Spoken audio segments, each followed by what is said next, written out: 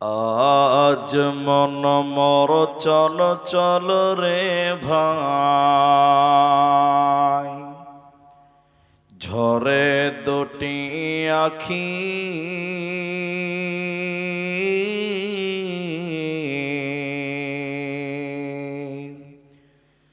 এ বোঝাইলে বোঝিস না মন তুই কোন জঙ্গলের পাখি রে। আজ মন মর চন চল রে।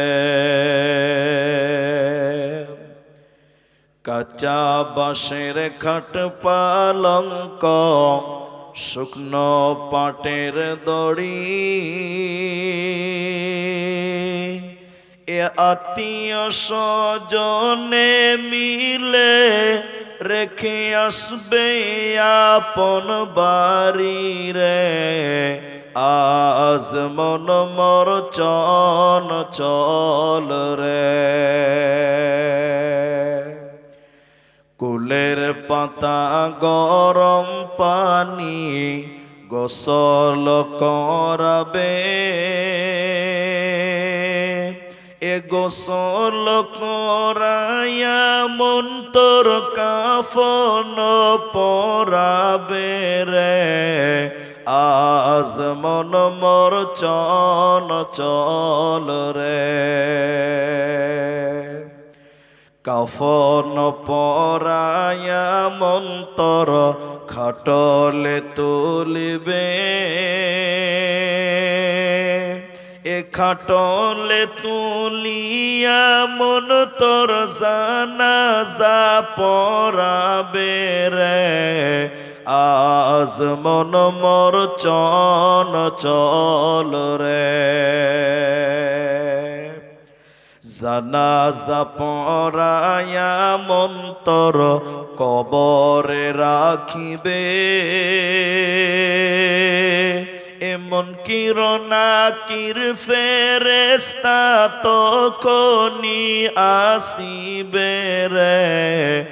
আজ মন মর চন চল রে।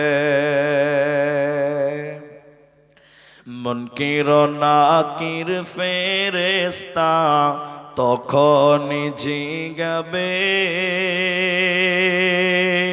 এ রব কি তোমার দিন কি ছিল, কার দিনে ছিলে রে। আজ মন মর চন চল রে।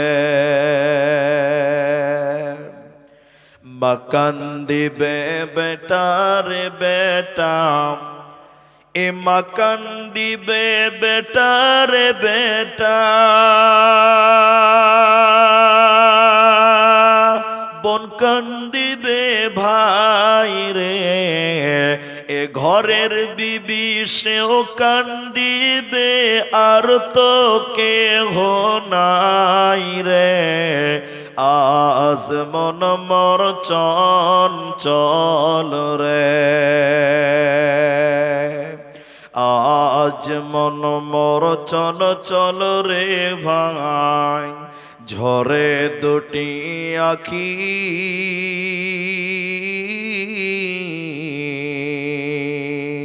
এ বোঝাইলে বুঝিস না মন তুই কোন জঙ্গলের পাখি রে। আজ মন মর চন চল রে। উপস্থিত চলমান সভার যোগ্যতম সভাপতি, স্টেজে ওলামায়ে কেরাম, অতিথিবৃন্দ, সামনে বসে থাকা দিনদার ইমানদার মুমিন ভাই সকল, দোয়ার কান্টারি মুরব্বী সমাজ, স্নেহের কচি কাঁচা, পর্দার অন্তরালে বসে থাকা মুমিনা সলেহা মা ও বোনেরা, প্রাণ প্রিয় ডিহি বরজ সাগর দিঘি মুর্শিদাবাদবাসী, প্রশংসা সেই মহান মনিবের দরবারে যে আল্লাহ তাবারক ওয়া তাআলা আমাদেরকে গভীর রাত্রিতেও এক মাদ্রাসা কেন্দ্রিক আয়োজিত মাহফিলে বসিয়ে কোরআন এবং হাদিসের আলোচনা করার, আপনাদের শ্রবণ করার যিনি তৌফিক ইনায়াত করেছেন, সেই মহান মনিবের দরবারে শুকরিয়া আদায় করি। আমরা সকলেই একবার বলি আলহামদুলিল্লাহ। দরুদ ও সালাম বর্ষিত হোক শেরকারে কায়নাত তাজদারে মাদানী নবী কুল শিরোমণি ইমামুল আম্বিয়া নবী মক্কি নবী মাদানী নবী আহমদ নবী মুহাম্মদুর রাসূলুল্লাহ সাল্লাল্লাহু আলাইহি ওয়াসাল্লাম। আল্লাহুম্মা আমিন। আল্লাহুম্মা সাল্লি আলাইহি আল্লাহুম্মা বারিক আলাইহি। মোহতারাম ভাইও, আজিজ ও বুজুর্গ দোস্ত, আমি আমার আলোচ্য বিষয় বলার পূর্বে মাত্র 5 মিনিট কিছু কথা বলবো, যেগুলো আপনার এবং আমার কিছু কাজে লাগবে। আমি এই মাঠে প্রথম, যদিও অত্র এলাকাতে আমি এসেছি এর আগেও, কিন্তু এই মাঠে আমি প্রথম। যারা আমাকে চেনেন তারা মাশাআল্লাহ আলহামদুলিল্লাহ, যারা চেনেন না সুম্মা আলহামদুলিল্লাহ। কিন্তু আমি রাত গভীর হয়েছে, আমি আপনাদের কিছু কথা জিজ্ঞাসা করব, আপনারা মুখ খুলে উত্তর দেবেন। সবাই বলেন ইনশাআল্লাহ, মাশাআল্লাহ। কারণ আপনি যদি কথা বলেন তাহলে আপনার বুঝতে সুবিধা হবে আর আমাকে বুঝাতে সুবিধা হবে। অনেক জায়গার লোক কথা বলে না। আর মুর্শিদাবাদ নবাবের জেলা, বাঙালি, খাঁটি বাঙালি। এরপরও মানুষ বলে বাঙালি নাকি খুব চালাক, কিন্তু আমি দেখেছি বাঙালি খুব চালাক নয়। মানুষকে কথা বলতে বললে হ্যাঁ না বলতে হয়, তো মানুষ জিভ না হিলিয়ে গোটা মাথায় এরকম করে হিলেছে। আপনি জানেন জিভের ওজন হলো মাত্র 200 গ্রাম, মাথার ওজন 5 কেজি। যে বোকা না হলে মাথা হিলায়। তা আমরা সবাই কথা বলবো, বলুন ইনশাআল্লাহ, মাশাআল্লাহ। আজকে আপনাদের সামনে যে বিষয়টি নিয়ে কথা বলবো, ওটা বলার পূর্বে কয়েকটি কথা জিজ্ঞাসা করব। 24 ঘন্টার মধ্যে আসমানের নিচে জমিনের উপরে সবচেয়ে বেশি যে কিতাবটা তেলাওয়াত করা হয়, ওই কিতাবের নাম কি ভাই? কোরআন। সবাই বলুন, কি বললাম? কোরআন। পৃথিবীর বুকে সবচেয়ে বেশি যার বিরুদ্ধে কিতাব লেখা হয়েছে, ওই বইটার নাম হলো কোরআন।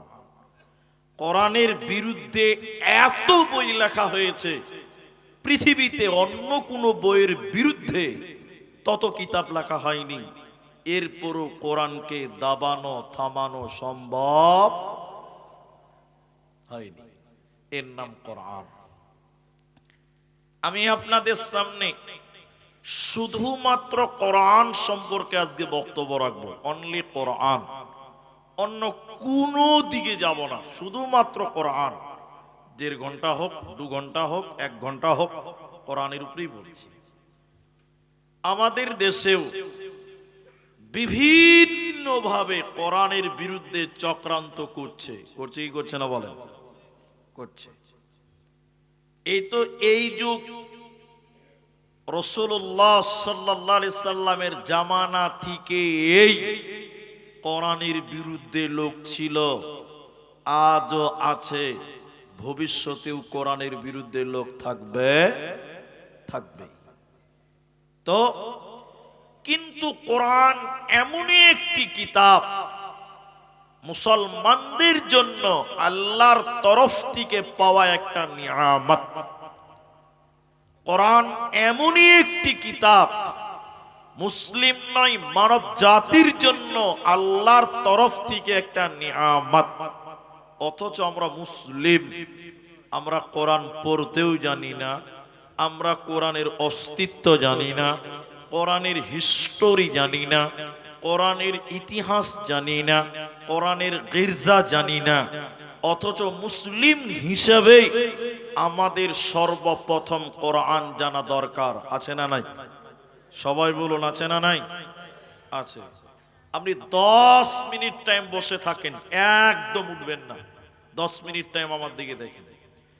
তো কোরআনকে প্রশ্ন করেন, কোরআন আমরা তোমার অস্তিত্ব জানতে চাই, তোমার উদ্দেশ্য জানতে চাই। চলেন কোরআনের পরিচয় কোরআনের কাছ থেকে নিব। কোরআনকে জিজ্ঞাসা করবেন, কোরআন আপনাকে আপনার উত্তর দিবে, প্রশ্নের জবাব দিবে। বলুন সুবহানাল্লাহ।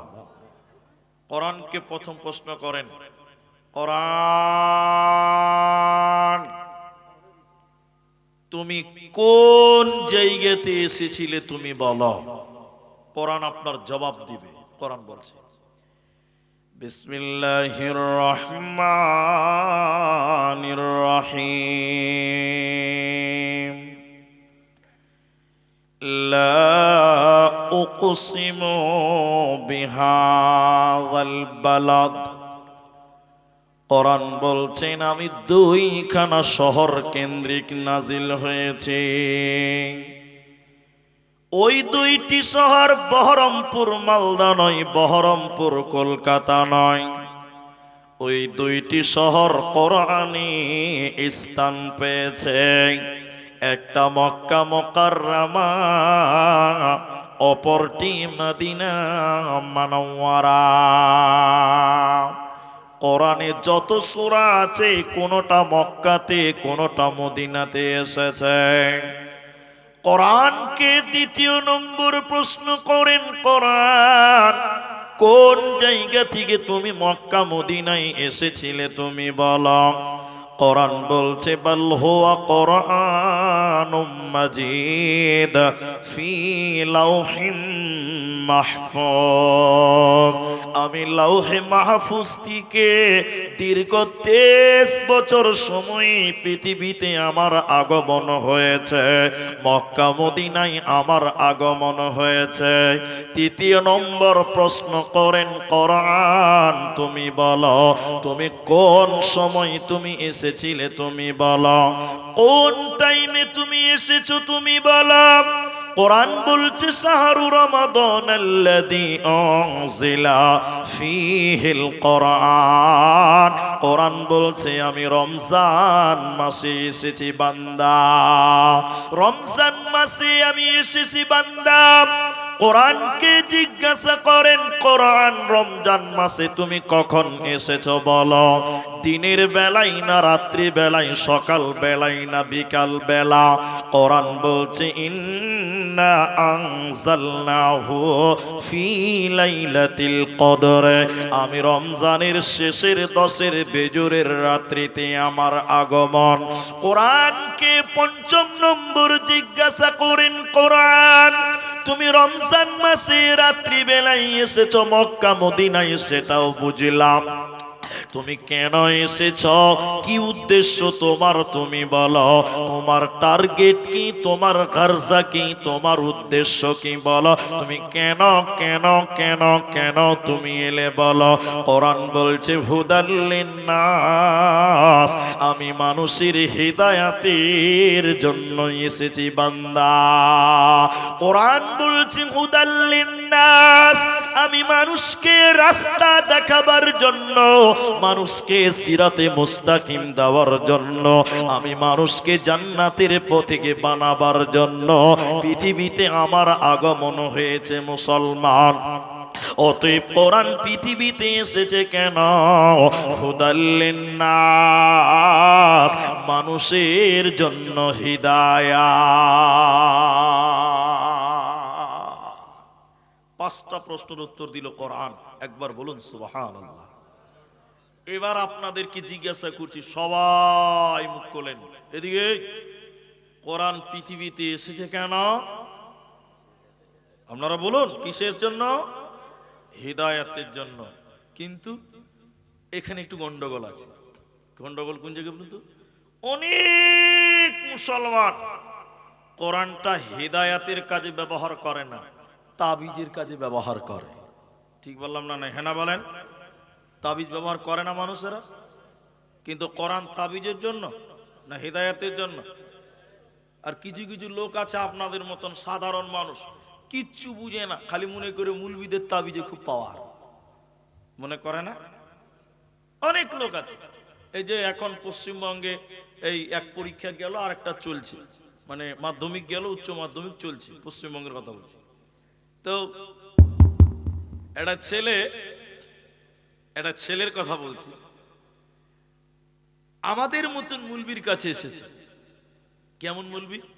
আমি তখন ছাত্র, ভালো করে বুঝুন কথাটা, এইটা ডিহি বরজ মাদ্রাসা মনে করেন। হেড মুলবির ঘরে বসে আছি, ফার্সি পড়ছি, ফার্সি, ছোট্ট ছেলে তখন। একটা ছেলে মাধ্যমিক পরীক্ষা দিবে, ওই ছেলেটা এসে মৌলভী সাহেবকে বলছে, মৌলভী জি। হেডওয়ালা বলছে, কে? বলছে, এটা কাজে এলাম আপনার কাছে। কি কাজে এসছিস? বলছে, মৌলভী সাহেব আমি মাধ্যমিক পরীক্ষা দিব, আমার পড়া মনে থাকে না, তা আপনি একটা তাবিজ লিখে দেন যেন আমার ব্রেন চাঙ্গা হয়ে যায়, পড়া মনে থাকে। আচ্ছা আপনারা বলুন, তাবিজে কোনদিন ব্রেন চাঙ্গা করা যাবে? এটা হ্যাঁ না বলেন? তো হেড মুলবি বলছে, হবে, 501 টাকা লাগবে। মুখ খুলেন, কয় টাকা বললো? 501 টাকায় যদি ব্রেন চাঙ্গা করা যায়, টাকা দিতে কারো প্রবলেম হবে? 50,000 চাইলেও তো দিবে, দিবে না গো? তো হ্যাঁ তাই দিব, লেখেন। এবার আমার দিকে দেখেন, আমার নিজের চোখের দেখার কথা বলছি। আমাদের সামনে তাবিজ লিখছে, আর তালবিলিম কত বদমাশ, ওটা তো ভালো করে জানেন আপনারা। আমরা তালবিলিম কত পাকা, টেঁড়া চোখে দেখছি যে কি লিখছে, ওটা শিখার ব্যাপার আছে। তো দেখছি রিং করে, মুলি সাহেব লিখছে, লেখার পরে ছেলেটা বসে আছে সামনে, হেড মুলবি তাবিজটাকে দুমড়িয়ে দুমড়িয়ে একটা তাবিজে ভরে দিয়ে এরকম করে তাবিজটা আমার ছেলের সামনে সাথে এত জোরে ফু দিচ্ছে, তো আমার মনে মনে ভাবছি যে ইংরেজিতে দোয়া টোয়া পড়ছে মনে হয়, এত আওয়াজ কেন হবে? তাবিজটা ফু দেওয়ার পর এখানে বেনে দিয়েছে, 501 টাকা দে। 501 টাকা দিয়েছে।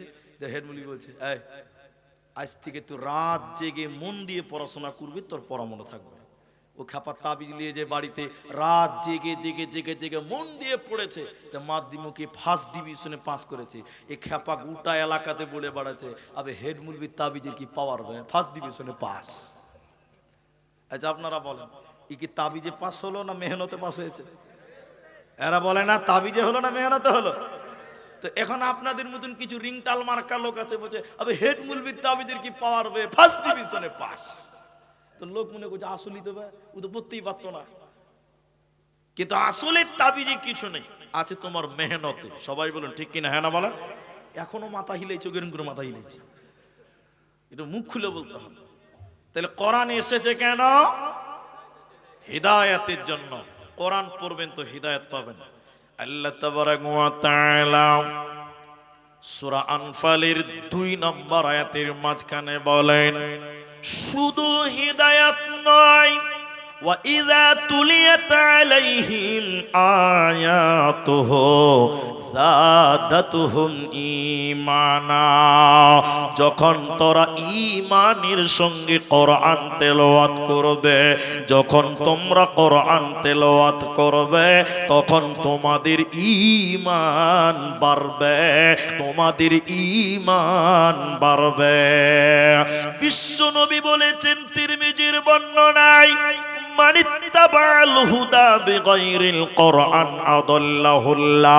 কেউ যদি কোরআন বাদ দিয়ে অন্য কোথাও হিদায়াতের জন্য যায়, ও তো হিদায়াত পাবে না, পাবে না। আদাল্লাহুল্লাহ, আল্লাহ নিজে তাকে গুমরাহ করবে। এজন্য কোরআন তোমাকে হিদায়াত দিবে, আর কোরআন তোমার ঈমান বাড়াবে। তাই আল্লাহ তাবারাক ওয়া তাআলা বলেন, ওয়া ইযা তুলিয়াত আলাইহিম আয়াতুহু যাদাতুহুম ঈমানা। যখন তোরা কোরআন তেলাওয়াত করবি রে, তখন তোদের ঈমান বাড়বে, তোদের ঈমান বাড়বে, তোদের কোনো চিন্তা রবে না, রবে না, থাকবে না। এদিকে অসীম রেজভির নাম শুনেছেন আপনারা? ডক্টর অসীম রেজভির নাম শুনেছেন আপনারা? শুনেননি আপনারা? এখানে কেউ শুনেননি? একজন শুনেছে, দুটা তিনটা, আচ্ছা বাস। তিনি ছিলেন মুসলিম, বর্তমান না হারকা না ধারকা, বুঝেন এটা? বুঝেননি? এখন না ওরা পুষছে না মুসলমান পুষছে, ও ছিল মুসলিম, কিন্তু সে ইসলাম থেকে বেরিয়ে গেছে। আমার দিকে দেখেন, কোরআনটা দেন তো ভাই, কোরআনটা দেন। যেদিন ও ইসলাম থেকে বেরিয়ে যায়, আমার দিকে তাকান, অন্যদিকে লয়, দেন আমাকে দেন, আমাকে দেন। এই কোরআনকে হাতে নিয়ে বলেছিল, আমার দিকে দেখবেন, ও এই কোরআন হাতে নিয়ে বলেছিল এই কোরআন থেকে 26টা আয়াতকে কেটে বাদ দিতে হবে, বলো নাউজুবিল্লাহ। আচ্ছা, এখন আপনাদের কাছে প্রশ্ন, ও বলছে 26টা আয়াতকে বাদ দিতে হবে, তাহলে ও কোরআনটা পড়েছে কি পড়েনি? এদিকে লোক বলে না পড়েছে, পড়েনি? পড়েছে। পড়েছে মানে ও খুব ভালো করেই পড়েছে। তো আল্লাহ বলছে যে কোরআন পড়বি তো ঈমান বাড়বে, তো ওয়াসিম রেজভী কোরআন পড়লো তো ওর ঈমান বাড়লো না কেন? ওর ঈমান বাড়লো না, ওরা বেঈমান হয়ে গেল। ফর এক্সাম্পল দিচ্ছি, এদিকে দেখবেন, রাস্তাতে একটা গাড়ি চলে 3 চাকা, কি নাম ওর? টোটো। টোটো, আপনারা টোটো বলেন, কেউ টুকটুকি বলে, আবার কোথাও কোথাও চেন্নাই বলছে তাও, আর আমাদের দেশে বলে পিলপিলি, এটাও শিখে রাখে, পিলপিলি। হ্যাঁ, আমাদের দেশে পিলপিলি। তো সব যত নাম বললাম সব একটাই গাড়ি। তো এদিকে দেখি, ওই গাড়িটা চলে কিসে বলেন তো? তেলে না ব্যাটারিতে? ব্যাটারি। এখন আপনাদের মাদ্রাসার সামনে একটা দোকানি ও ব্যাটারি চার্জ করে, ওর কাজই ওয়াজ। 12টা ব্যাটারি বারান্দাতে লাগিয়েছে, চার্জ করছে, সন্ধ্যার সময় ডেলিভারি হবে। এক খ্যাপা, খ্যাপা বুঝেন তো, মোটা হোঁস, ওই খ্যাপা দোকানের সামনে যে ব্যাটারি বড় বড় দেখছে আর বলছে, ও দোকানদার ভাই, এই মোটা মোটা প্লাস্টিক গুলো কি হচ্ছে গো ভাই? কত খ্যাপা ব্যাটারিকে প্লাস্টিক বলছে। দোকানি দেখছে খ্যাপাকে আর কি বুঝাবো রে বেকারণ। দোকানি বলছে, ও খ্যাপা, এই প্লাস্টিকের ভিতরে কারেন্ট ভরছি রে, বাড়িতে আলা জ্বলবে, ফ্যান চলবে। খ্যাপা মাথা চুলকাতে চুলকাতে বলছে, প্লাস্টিকেও কারেন্ট ভরা যায়? তনু খ্যাপা ভাবছে, তাহলে আমার বাড়িটা কেন অন্ধকার থাকবে? যে খ্যাপা বাড়ি চলে গেছে, এত বড় বড় প্লাস্টিকের বয়ম নিয়ে এসছে 12টা, আর বালতি নিয়ে এসছে 2টা। দোকানের সামনে বালতি আর প্লাস্টিকের বয়ম গুলো ঢেকে দে বলছে, ঢেলে দে বলছে, দোকানদার ভাই আমার প্লাস্টিক এখানে কারেন্ট ঢুকিয়ে দাও তো, বাড়িতে আলা জ্বালাবো। আচ্ছা আপনারা বলেন, এর প্লাস্টিকে কারেন্ট ঢুকবে? এরা বলে না ঢুকবে? দোকানি বলছে, তোর প্লাস্টিকে কারেন্ট ঢুকবে না বে। তখন খ্যাপা জামা গোটাইছে, মারবো। তুই বললি একনিকা প্লাস্টিকে কারেন্ট ঢুকছে না, আমার বেলায় ঢুকবে না, ফাইজলাম করছে। এখন খ্যাপার ভয়ে দোকানি থরথর করে কাঁপছে, শালা কোথায় মারবি, এর আবার বিচার করার কেউ নাই। খ্যাপার কে বিচার করবে? খ্যাপার যে বিচার করবো আরেক খ্যাপা। এ দোকানি ভয়ে কাঁপছে। এমন সময় একটা লোক বলছে, এই থামো থামো, এই খ্যাপা পাগল, শোন, তোর প্লাস্টিকের বয়মে কারেন্ট ঢুকবে না, দোকানের প্লাস্টিকের ব্যাটারিতে কারেন্ট ঢুকবে কেন? এই দুটিতে বিরাট বড় তফাৎ আছে। দোকানের ব্যাটারি প্লাস্টিকের ভিতরে এসিড আছে, তামা আছে, পানি আছে, ইঞ্জিন আছে, রবার্ট আছে, এরই কারণে তার ভিতরে কারেন্ট ঢুকবে। ওরে খ্যাপা, তোর প্লাস্টিকের বয়মের ভিতরে কিছুই নাই, হাওয়া আছে। কিয়ামত পর্যন্ত তার লাগিয়ে রাখলেও তোর প্লাস্টিকের বয়মে কিন্তু কারেন্ট ঢুকবে না। আল্লাহ কোরআনে বলেছেন, মুমিন যে হবে, যে আল্লাহর কালামকে আল্লাহর কালাম বলে মেনে নিবে, ঈমানের সঙ্গে ইয়াকিনের সঙ্গে কোরআন তেলাওয়াত করবে রে, আমার আল্লাহ বলেন, যাদাতুহুম ঈমানা, ওই লোকের ঈমান বাড়বে। আর যে সন্দেহ করে, বেঈমান যদি কোরআন তেলাওয়াত করে, যেমন ওয়াসিম রিজভী সন্দেহ করেছিল, সন্দেহ বশত কোরআন তেলাওয়াত করেছিল, ওর ঈমান বাড়বে না, বাড়বে না, বাড়বে না। তাই কোরআন বলছে, শুনে নাও, আমি পৃথিবীতে কেন এলাম, হুদাল লিন্নাস ওয়া বাইয়িনাতিম মিনাল হুদা ওয়াল ফুরকান, আমি মানুষকে রাস্তা দেখাবার জন্য, আমি মানুষকে জান্নাতে দেওয়ার জন্য, মানুষকে হেদায়েত দেওয়ার জন্য পৃথিবীতে এসেছি, এরই নাম কোরআন। আল্লাহ তাবারাক ওয়া তাআলা সূরা বাকারা সূরা নাম্বার 2 পারা নাম্বার 2 রুকু নাম্বার 21 লাইন নাম্বার 12 আয়াত নাম্বার 177 এর মাঝখানে আল্লাহ বলেন, ওয়াল কিতাব কিতাব, আমার যত কিতাব আছে রে আল্লাহ বলেন আমার যত কিতাব আছে বামানা ওয়াল কোরআন, এই কোরআনের উপরে তোমরা ঈমান আনো, এই কোরআনের উপরে তোমরা ঈমান আনো। যে কোরআনের উপরে ঈমান আনবে না ও জান্নাতে ও যাবে না, পাবে না, পাবে না। যদি কোরআন হাদিস না মানে জীবনে কি হবে গো মৃত্যুর পরে।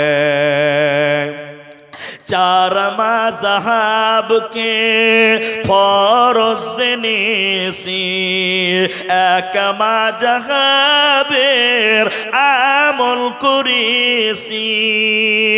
কোরআন হাদিসের দিকে দেখিনি তো ফিরে, কি হবে গো মৃত্যুর পরে। যদি কোরআন হাদিস না মানি জীবনে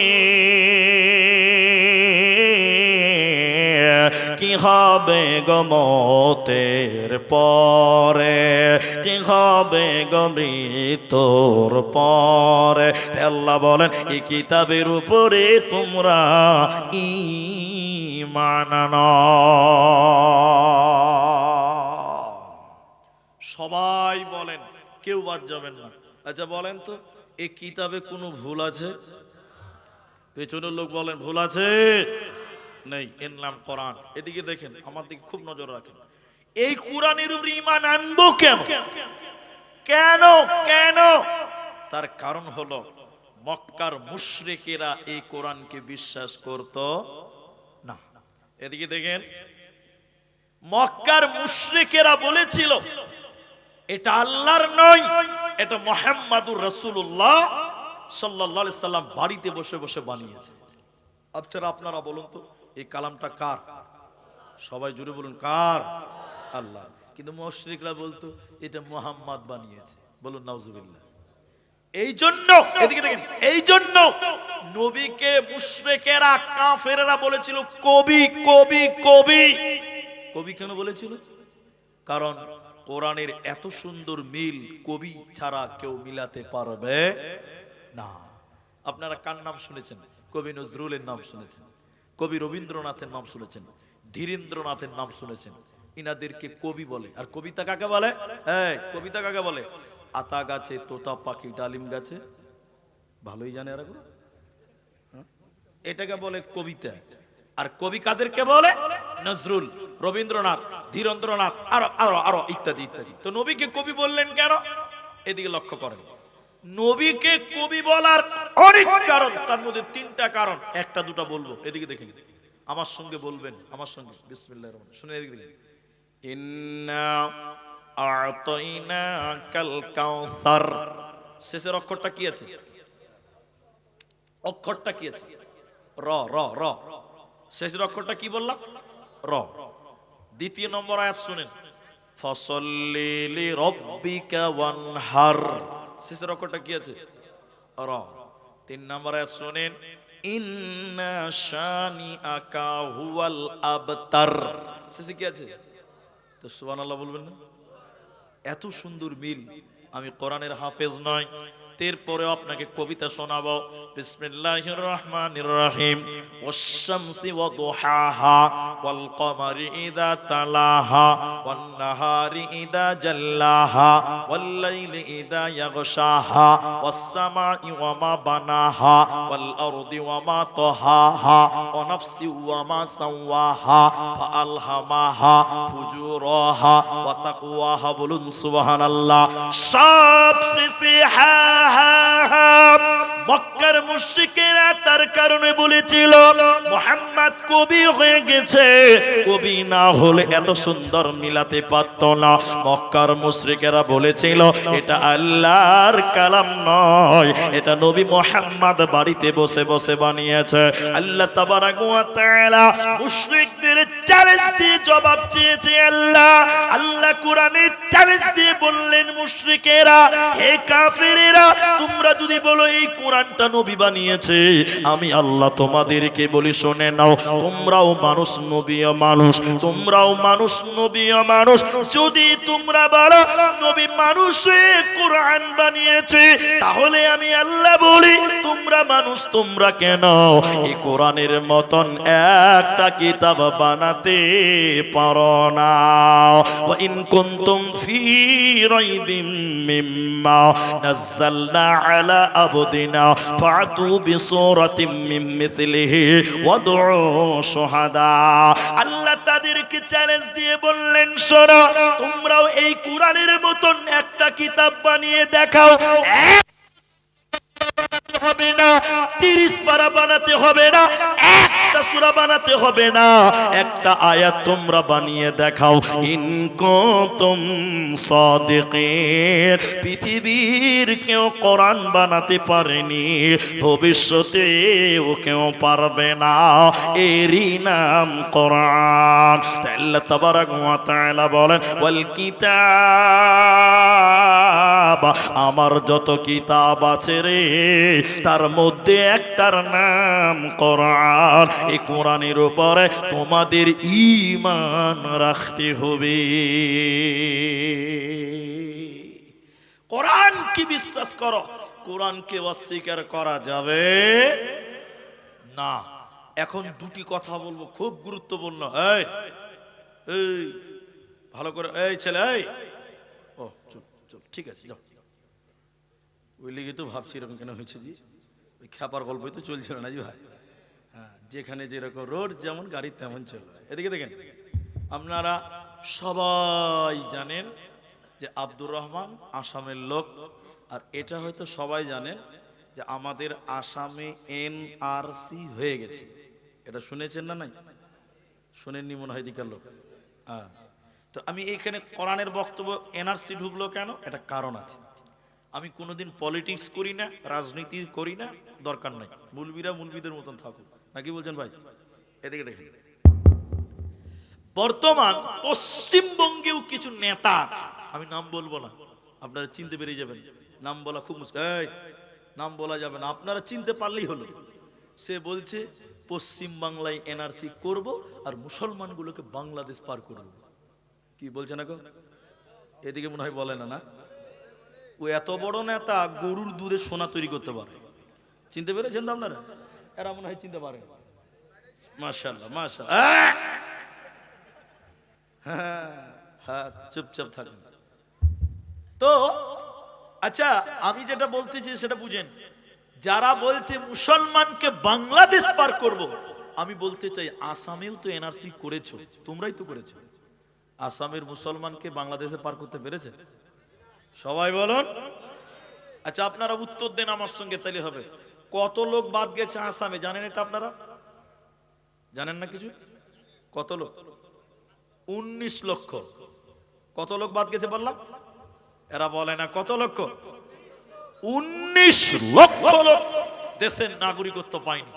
আচ্ছা, আমার পরিসংখ্যক, আমার জানা মতে আমরা তো এনআরসিতে নাগরিকত্ব পেয়েছি আলহামদুলিল্লাহ। মোটামুটি 4 থেকে 5 লাখ মুসলমান। কত লাখ বললাম? আচ্ছা, 19 থেকে 5 মাইনাস করেন, কত থাকবে? 14 লাখ। তাহলে মুসলমান কত বাদ গেল? 5 বলুন কত? তাহলে থাকলো কত? 14।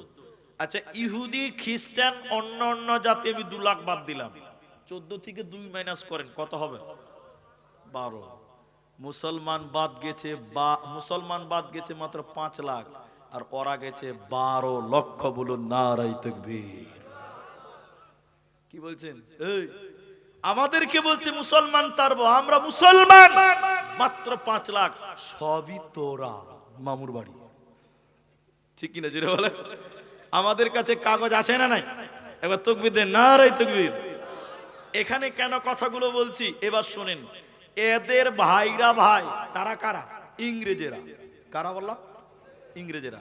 ইংরেজদের প্রথম স্লোগান ছিল উলামা কো তারো, মুসলমানও কো তারো। আচ্ছা বলুন, আলেমদেরকে তাড়তে বলছে কেন জানেন? ভারত স্বাধীনতার ব্যাপারে সবচেয়ে বেশি মুসলিমদের মধ্যে যারা অবদান রেখেছিল তারা ছিল উলামায়ে কেরাম। কারা ছিল? এই জন্য বলেছিল ওলামা কোতারো, ইংরেজরা বলেছিল মুসলমানও কোতারো। এদিকে দেখেন, আচ্ছা আচ্ছা আচ্ছা, এদিকে দিকে, ইংরেজরা মুসলমানকে দেশ থেকে তাড়াতে পেরেছে না তারাই দেশ থেকে পালিয়েছে? একবার জোরে বলবেন না নারায়ে তাকবীর। ইংরেজরা বলেছিল মুসলমানকে তাড়ো, মুসলমানকে তাড়তে পারে নাই, বরং ইংরেজরাও যারা এখন এনআরসি করবে এদের খালুরা আগে পালিয়ে গেছে। ঠিক কিনা জোরে বলেন? আজকে যারা এনআরসি করবো বলছো, তোমার খালুদের কথা একবার মনে করে নিও। এখানে বলার কারণ, ইংরেজরা অনেক চেষ্টা করে পারেনি, তাদের বুদ্ধিজীবীদেরকে নিয়ে বসা হলো এক জায়গাতে। আরে মুসলমানদের সঙ্গে পারি না কেন, মুসলমানদের সঙ্গে পারা যায় না কেন? ওদের বুদ্ধিজীবী পণ্ডিতেরা বলেছিল, গবেষণার চিন্তা ভাবনা করে, যতদিন মুসলমানদের কাছে কোরআন থাকবে অতদিন মুসলমানকে বেকানা যাবে না। তখন তারা বলেছিল কোরআন কিনো, পুড়িয়ে দাও, জ্বালিয়ে দাও, ছাড় খাড় করে দাও। যেদিন পৃথিবীতে একটাও কোরআন থাকবে না ওই দিন মুসলমান এমনিতেই কাবু হবে। কথা বলিয়েন না ভাই, আসতে বলে। আচ্ছা বলুন, কোরআনকে মিটাতে পেরেছে? এখন যেটুকু বলছি এটা বানিয়ে বানিয়ে বলছি। এই যে ডিহি বড়, এই যে মাদ্রাসা, এটা বেঈমান, নাস্তিক, ডুপ্লিকেট মাল, খ্রিস্টান, ইংরেজ। এদিকে দেখেন, আমার মতন লম্বা পাঞ্জাবি পড়েছে, লম্বা লম্বা দাড়ি, এই ডিহি বড় মাদ্রাসায় চলে এসেছে, এসে বলছে মুলবিজি, হেড মুলবিকে ডাকছে।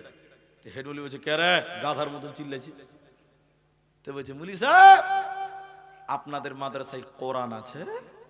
হেড মুলবি বলছে তোর মাথায় গোবর আছে রে খাপা, মাদ্রাসায় কোরআন থাকবে না তো কি থাকবে? ভাই কথা বলেন এরা, এখনো মাথা হিলেছেন আপনি? মাদ্রাসায় কোরআন থাকবে না কি থাকবে? কোরআন থাকবে।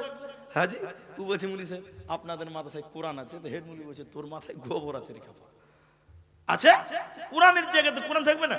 তো এবার ওই বেঈমান বলছি, বলছে কতটি আছে? বলছে তুমি কতটি লিবে? বলছে যতটি আছে সবটি লিব।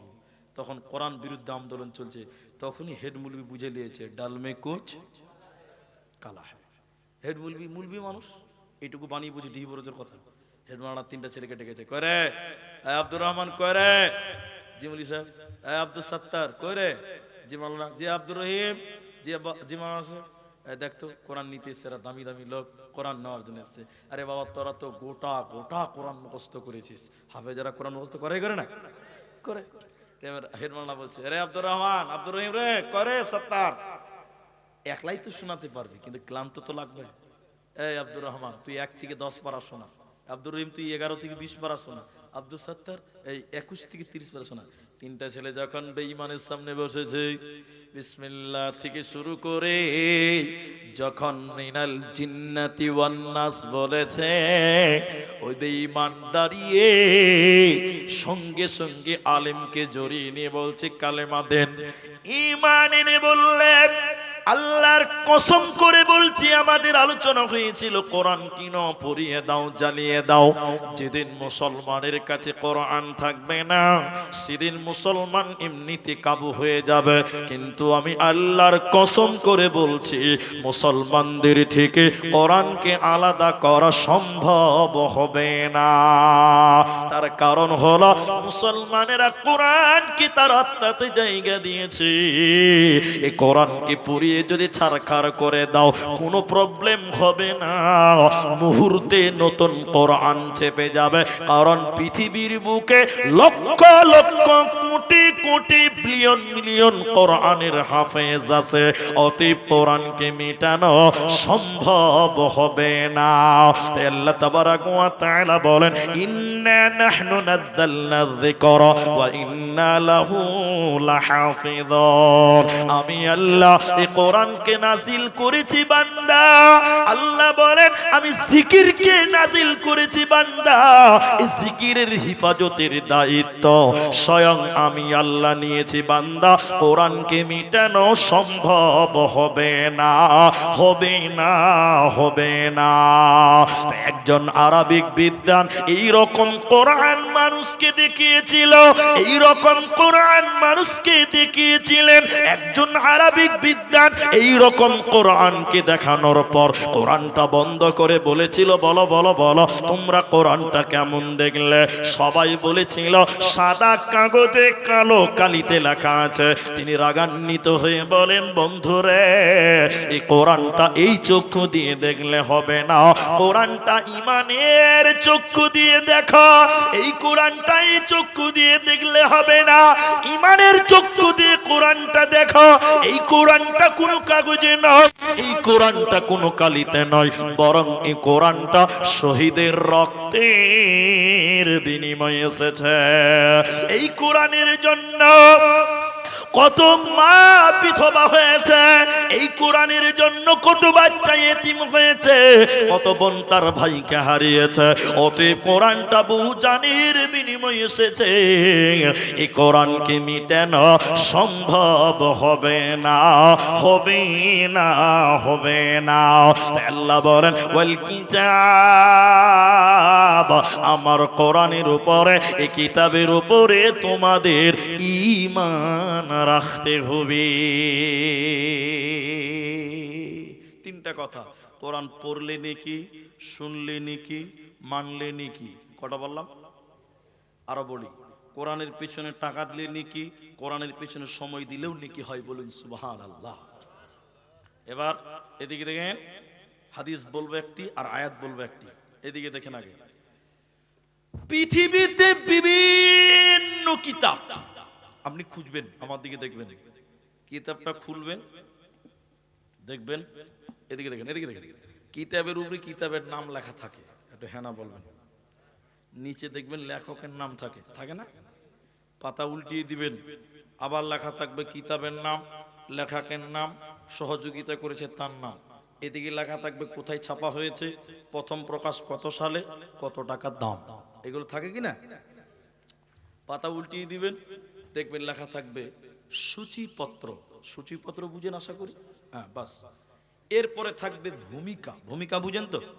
ভূমিকা মানে লেখকের কথা কি বলছে। এদিকে দিকে দিকে লেখক বলছে, হে পাঠক পাঠিকাগণ, আমার বইয়ে যদি কোনো ভুল হয়ে থাকে দয়া করে মাফ করবেন, ধরিয়ে দিবেন। বলে কি বলে না?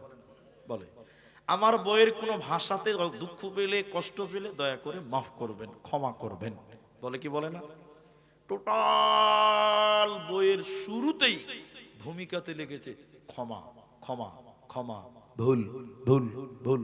কিন্তু সবাই বলুন, সবাই কে বাদ যাবেন না, কোরআনে ক্ষমা চেয়েছে মানুষের কাছে, বলেছে মাফ করে দিও। কোরআন চ্যালেঞ্জ দিয়ে আরম্ভ হয়েছে, লা রাইবা ফি, এই কোরআনে কোনো ভেজাল নাই, কোনো সন্দেহ নাই। বলুন সুবহানাল্লাহ। এর নাম কোরআন। এই কোরআন পড়লেও নেকি, শুনলেও নেকি। এখন কথার মধ্যে কথা, কোরআন পড়লে নেকি, শুনলে নেকি, আছে না নাই? আছে। দেখবেন পৃথিবীর অন্য যে কোনো কিতাব পড়েন নেকি পাবেন না, পাবেন। ১.৫ লক্ষ টাকা দিয়ে লন্ডন থেকে কিতাব নিয়েছেন, আমার দিকে দেখবেন সারাদিন কিতাবটা এরকম বিন বিন বিন বিন। এটা লয়, এটা লয়, যেটা লন্ডন থেকে নিয়েছে এটা তো কোরআন। সারাদিন বিন বিন বিন বিন করে পড়ছে। আচ্ছা বলুন, জ্ঞান বাড়বে, গ্যারান্টি দেওয়া যাবে না? কেন? অনেক কিতাব পড়ে মানুষের গোমরা হচ্ছে, হচ্ছে না? হচ্ছে। তাহলে গ্যারান্টি দেওয়া যাবে না। নেকি পাবে, নেকি এক, নেকি দুই, নেকি এক টাকা নেকি পাবে না। কিন্তু কোরআন, এদিকে এদিকে, কোরআন পড়লে নেকি আছে না নাই? মুহাম্মাদুর রাসূলুল্লাহ বলেন, আলিফ লাম মিম, 3টা হরফ যে ব্যক্তি তিলাওয়াত করবে, নবী বলেন 30টি নেকি তার আমলনামায় দেবে।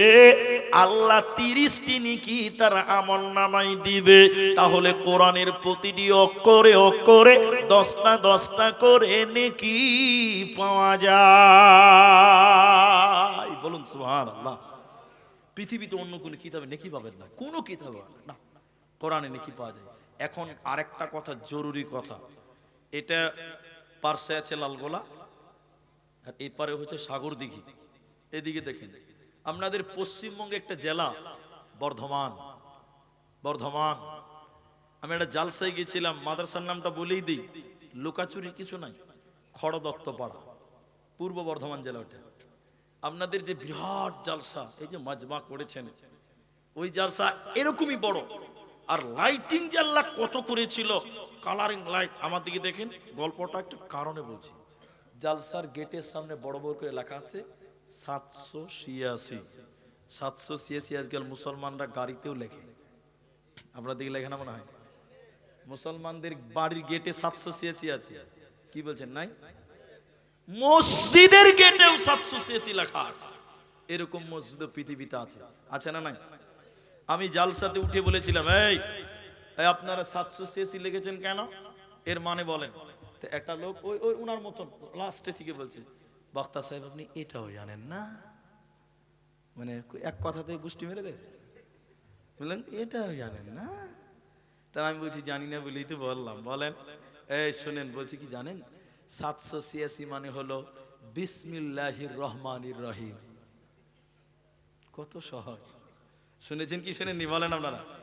মুসলমানেরা বলছে গো, মুসলমান তো বিসমিল্লাহির রহমানির রহিম কেমন করে হলো এটা বলা যাবে না। বললে কাল থেকে নিজেরা তাবিজ লিখতে শুরু করবেন, গোষ্ঠী মুড়িয়ে মৌলবীদের, দরকারই হবে না। ওটা বলবো না, ওটা গোপন থাকলো।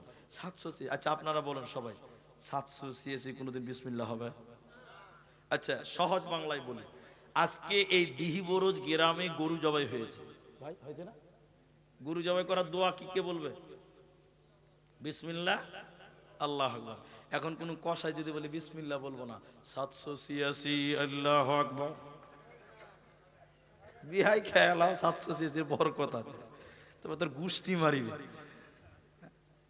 বিসমিল্লাহ কোনদিন 786 হবে না। হবে? জোরে বলেন না। আচ্ছা 786 বিসমিল্লাহ হয়, তাহলে আউযুবিল্লাহর একটা অঙ্ক হবে, ভাই হবে না? না, সূরা ফাতিহারও একটা হবে, কেরা বলে না সূরা নাসের একটা হবে। এবার আমার দিকে দেখেন, এদিকে দেখেন, 786 592 সূরা ফাতিহা চলছে আর কি।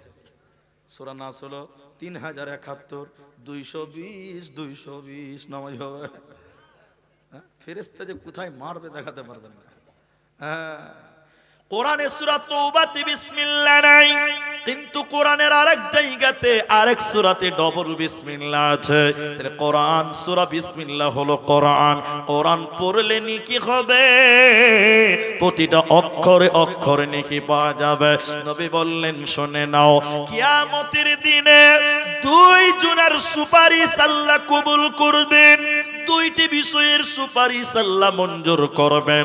ওই দুইটির ভিতরে একটার নাম কোরআন। কোরআন কিয়ামতের দিন আল্লাহকে বলবেন, রব্বুল আলামিন তোমার এই বান্দাগুলো কোরআন তেলাওয়াত করেছিল, আল্লাহ তুমি আমার সাক্ষী গ্রহণ করো। আল্লাহ কোরআনের সাক্ষী গ্রহণ করবে আর আল্লাহ আপনাকে ক্ষমা করবে। এজন্য কোরআন তেলাওয়াত করো, কোরআন শুনো। কোরআন শুনলেও নেকি হবে, কোরআন পড়লেও নেকি হবে।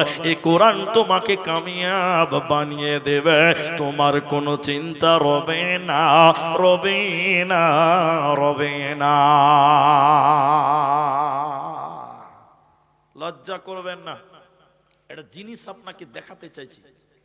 যারা কোরআন পড়তে পারেন না, এই যে সামনে রমাদান আসছে, আজকে কত তারিখ ভাই?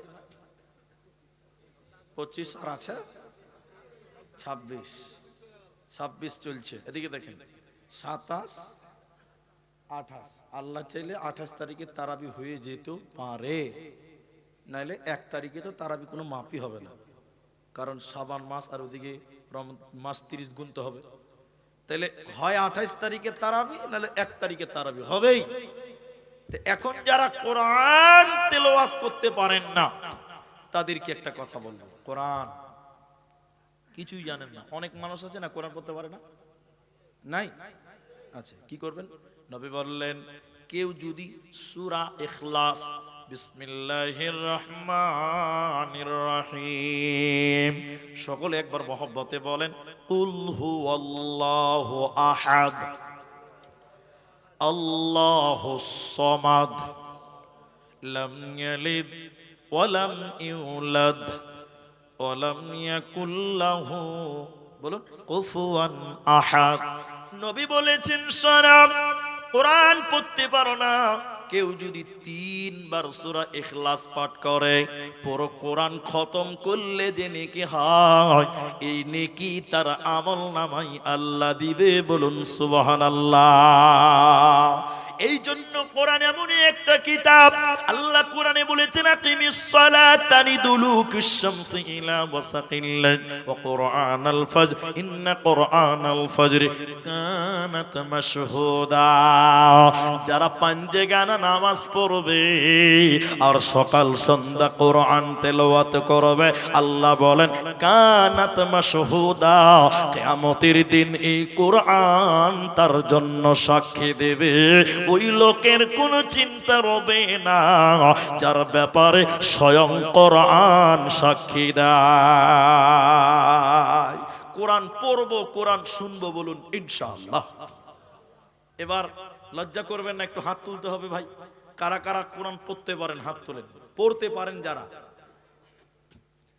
মাশাআল্লাহ নামান। তাহলে যারা তুললেন না তারা পারেন। আমি অপমান করব না, নাউজুবিল্লাহ আস্তাগফিরুল্লাহ। আমি কাউকে অপমান করার উদ্দেশ্যই নয়। আচ্ছা বলুন, মুসলিম হিসাবে কোরআন শিক্ষা করা দরকার আছে না? আচ্ছা, আমি একটা কথা বলবো এখন, খুব ভালো করে বুঝবেন। ফারাক্কা নদী দেখেছেন তো আপনারা? গঙ্গা, সবাই দেখেন, যারা দেখেছেন তারা দেখেছেন তো? বাস শুনুন তো, এটা দার্শনিক, দার্শনিক, দার্শনিক মানে বুঝেন পণ্ডিত লোক। ও নদীতে গবেষণা করতে গেছে, নদীতে কি হয় না হয়, কেমন আছে না আছে, কি আছে, গবেষণা করতে গেছে। কোন নদীতে বুঝার জন্য বুঝি, ফারাক্কা নদীতে। এদিকে দেখেন ভাই, নৌকাতে চেপেছে তো দার্শনিকের মুখ তো আর বন্ধ থাকবে না, ও মক বক বক বক বক বক বক বক করেই যাবে, করেই যাবে। তো দার্শনিক এক লাগেছে, তো কি করে গল্প করবে যে? তখন বলছে যে দেখ, দার্শনিক তো যাক মাঝির সঙ্গেই গল্প লাগাই। মাঝি মূর্খ মানুষ, মাঝি কি বলছে, মাঝি, মাঝি বলছে বলেন ভাই। বলছে তুমি সায়েন্স বুঝো? সায়েন্স?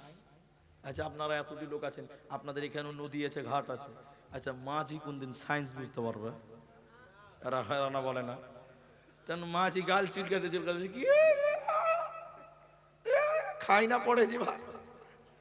তখন দার্শনিক বলছে আহ আহ আহ আহ আহ আহ, যেমন আপনারা হাসলেন, দার্শনিক কইলজা ঠান্ডা করে আহ আহ আহ আহ, তোর জীবনটা 4 আনাই মিছে।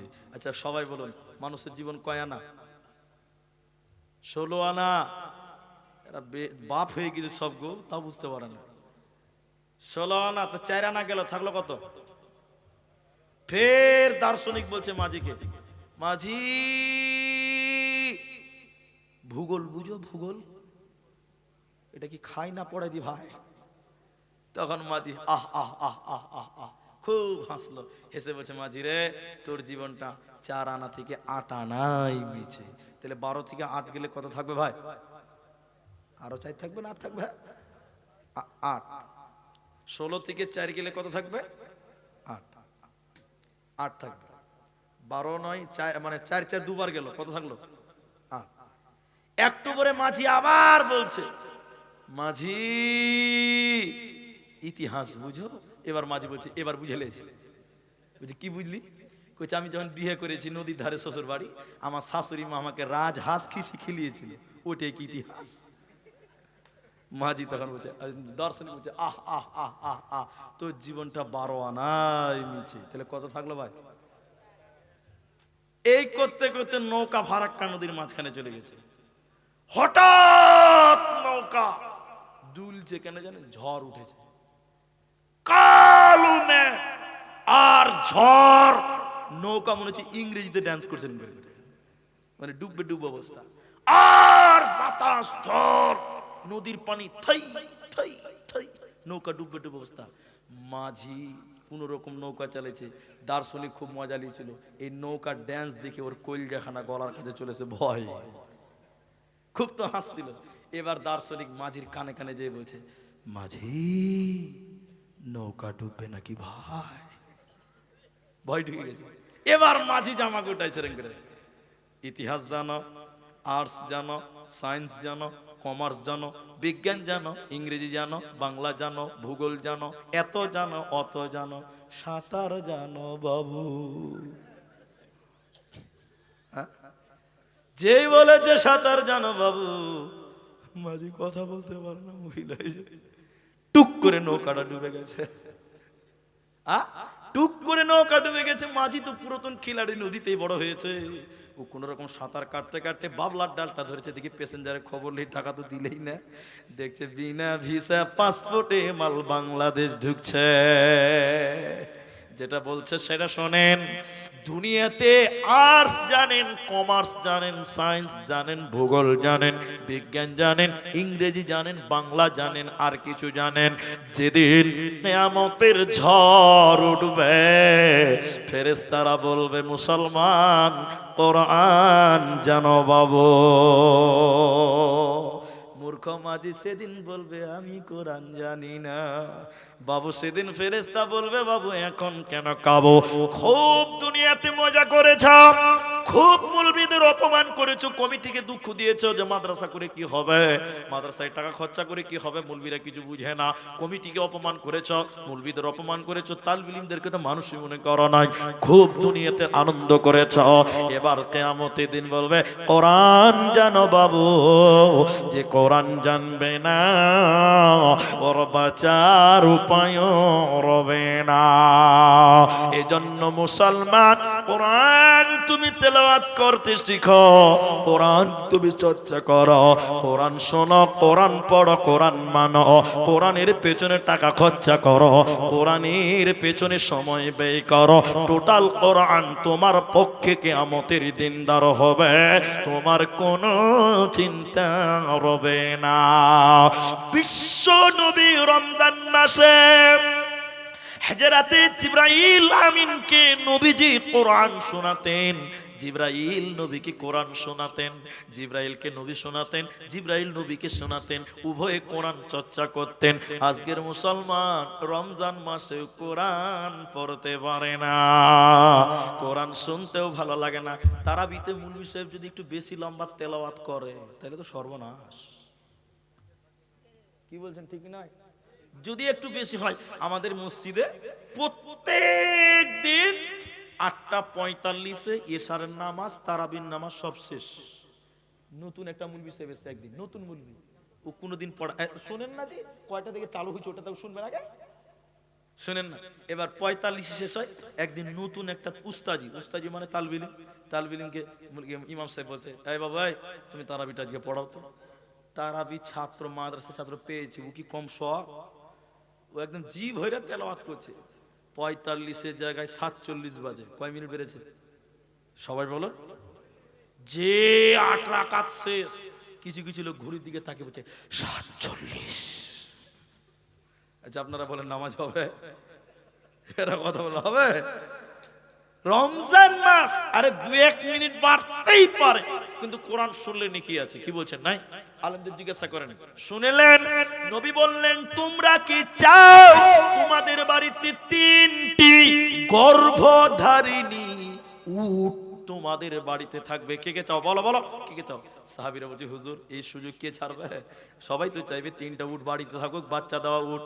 নবী বললেন তোমরা যদি নামাজে 3টি আয়াত তেলাওয়াত করো, 3টি গর্ভধারিণী উটের চাইতে তার মূল্য বেশি। বলুন সুবহানাল্লাহ।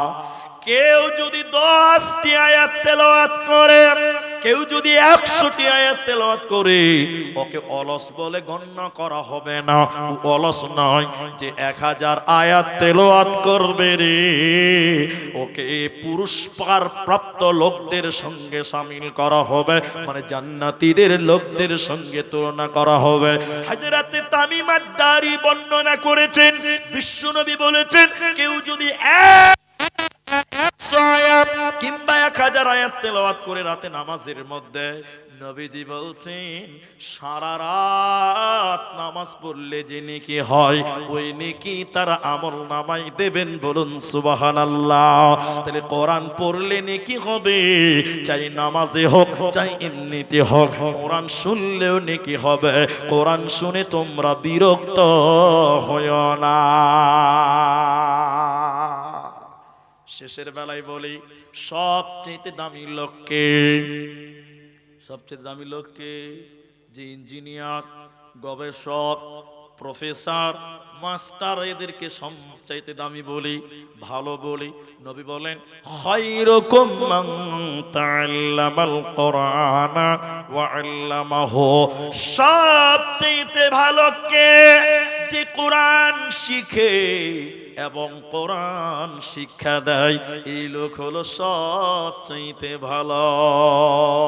মানে এদিকে তার মানে হচ্ছে মুলবি সাহেবেরা, তার মানে কারা? কিন্তু সবাই বলেন, সত্য করে বলবেন, মিথ্যা বলবেন না, এখনকার লোকেরা মুলবিকে ভালোবাসছে।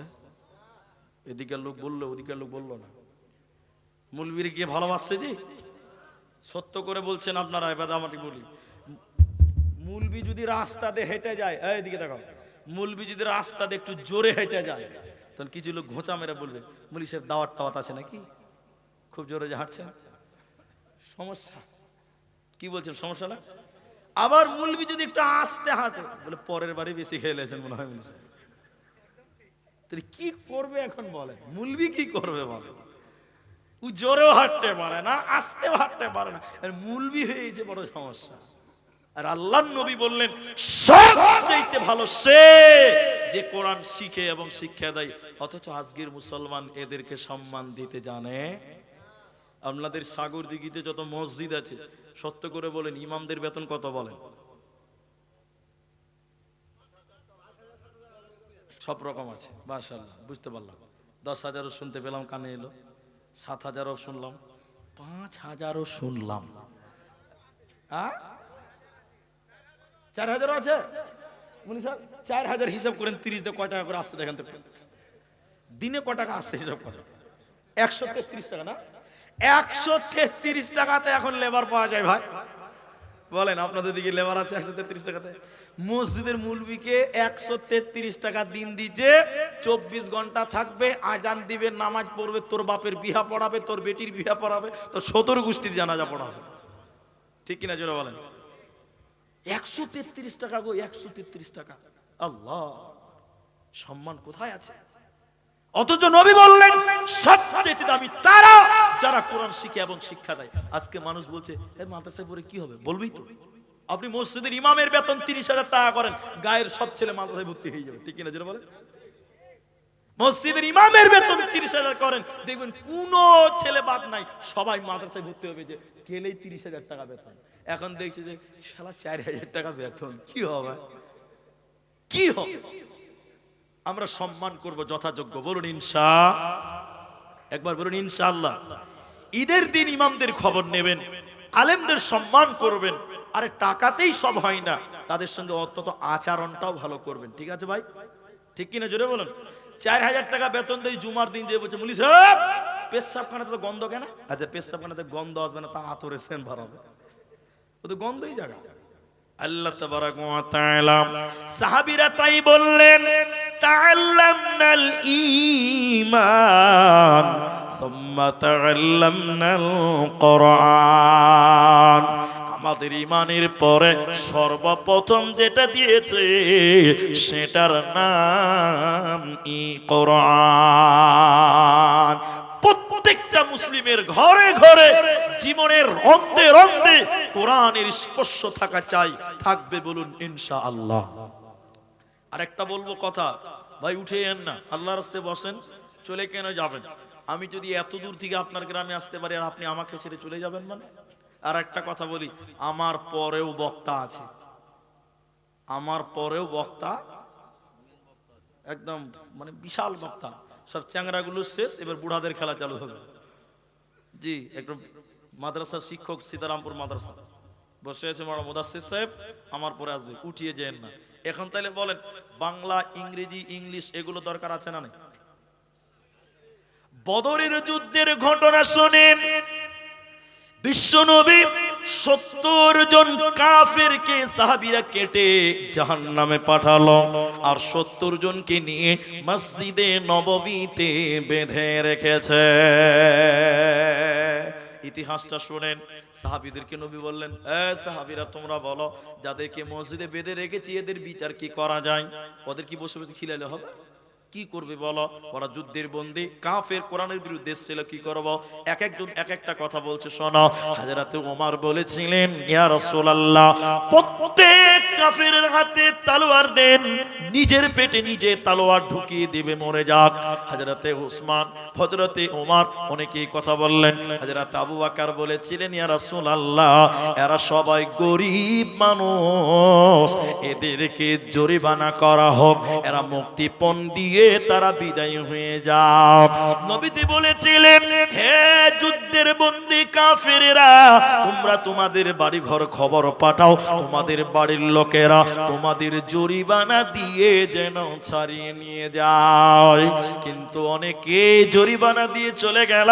অনেক কাফের ছিল যাদের পরনে জামা ভালো ছিল না, গরিব মানুষ, অভাবে ছিল, ওরা আবার জরিমানা কোথায় পাবে? নবীজির বড় জামাই, যেটা হযরতে যায়েনাবের সঙ্গে বিয়ে হয়েছিল, রাসূলের জামাইকে বেঁধে রেখেছে, সে ছিল কাফের।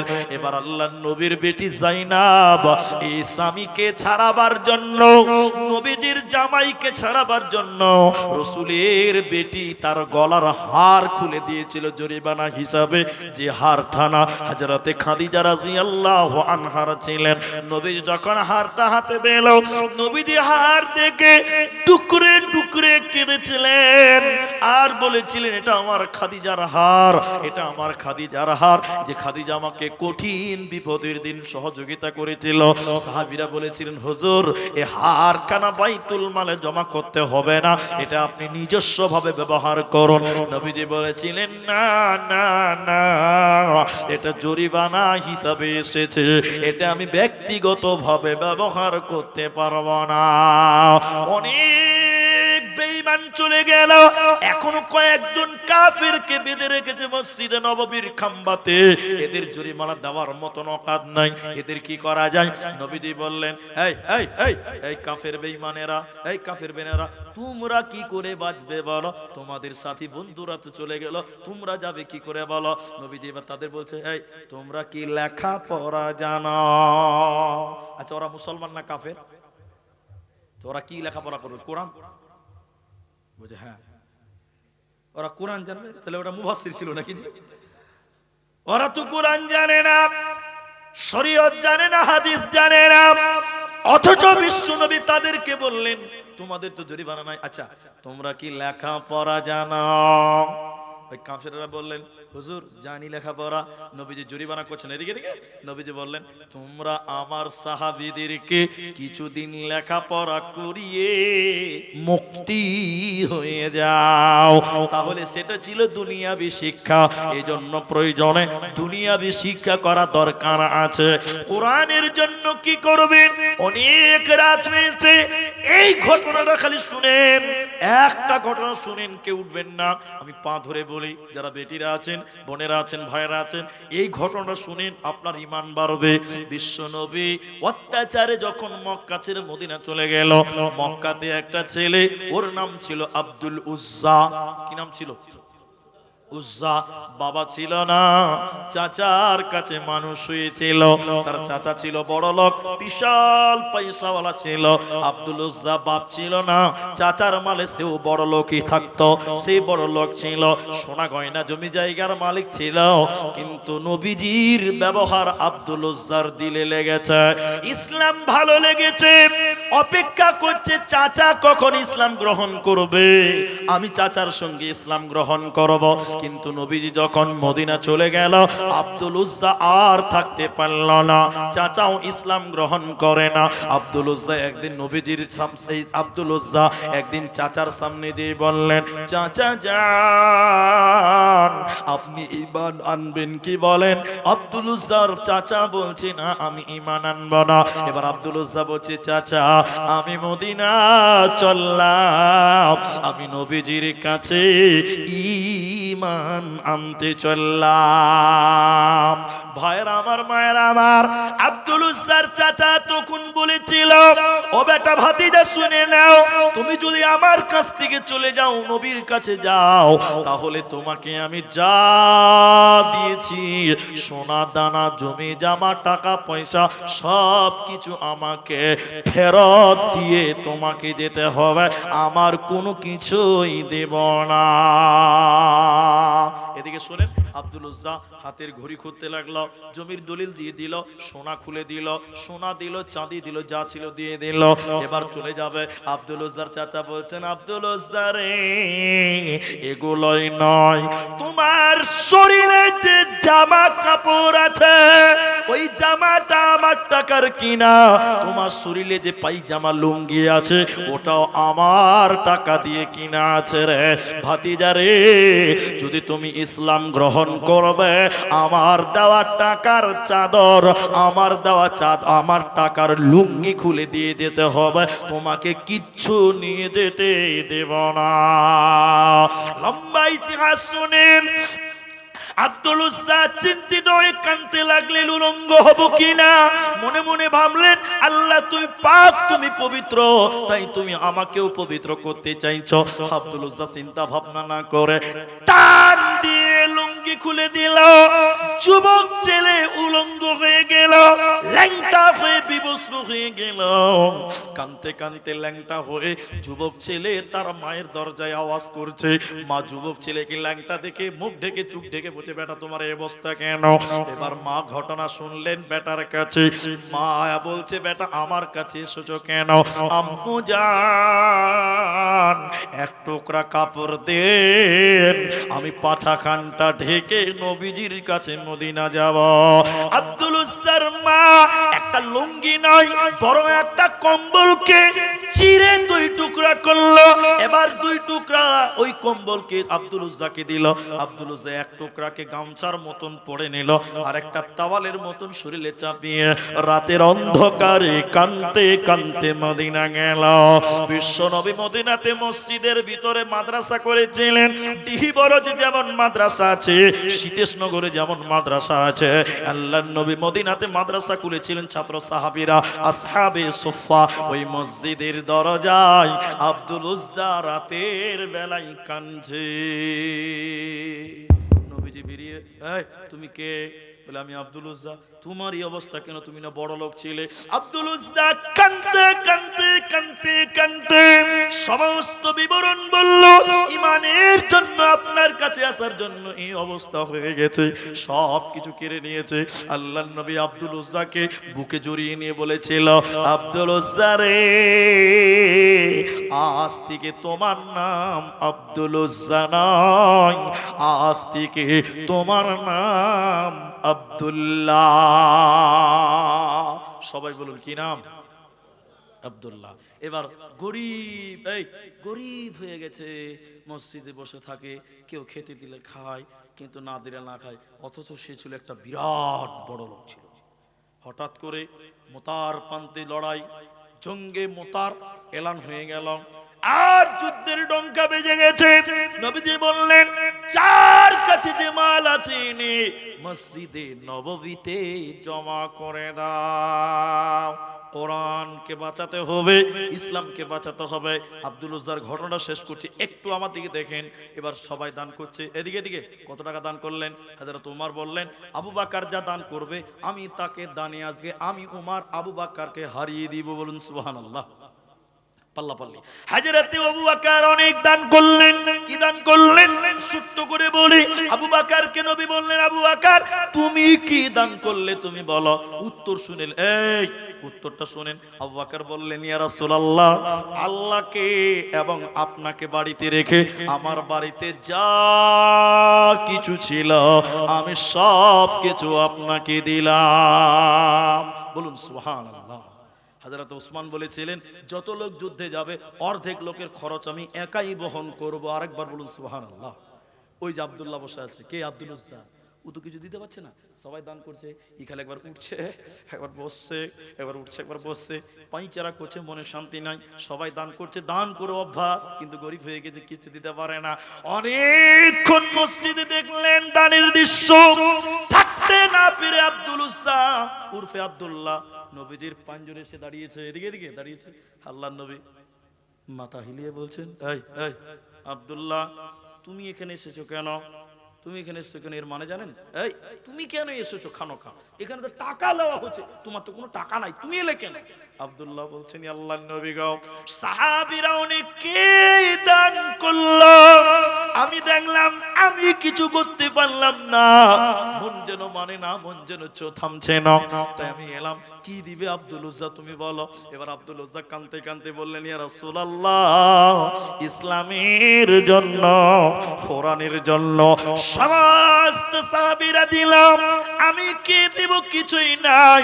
যদি পাছার গামছাটা খুলে দেই তো পাছা উদাম হয়ে ল্যাংটা, যদি শরীরের তাওয়ালটা দিয়ে দিই শরীরটা ফাঁকা হয়ে যাবে, নামাজ পড়বো কি করে? আল্লাহর নবী গো, অনেক চিন্তা ভাবনা করে দেখলাম এখনো আমার কাছে একটা জিনিস আছে, ইসলামের জন্য, কোরআনের জন্য আমি ওই জিনিসটা দান করতে চাই।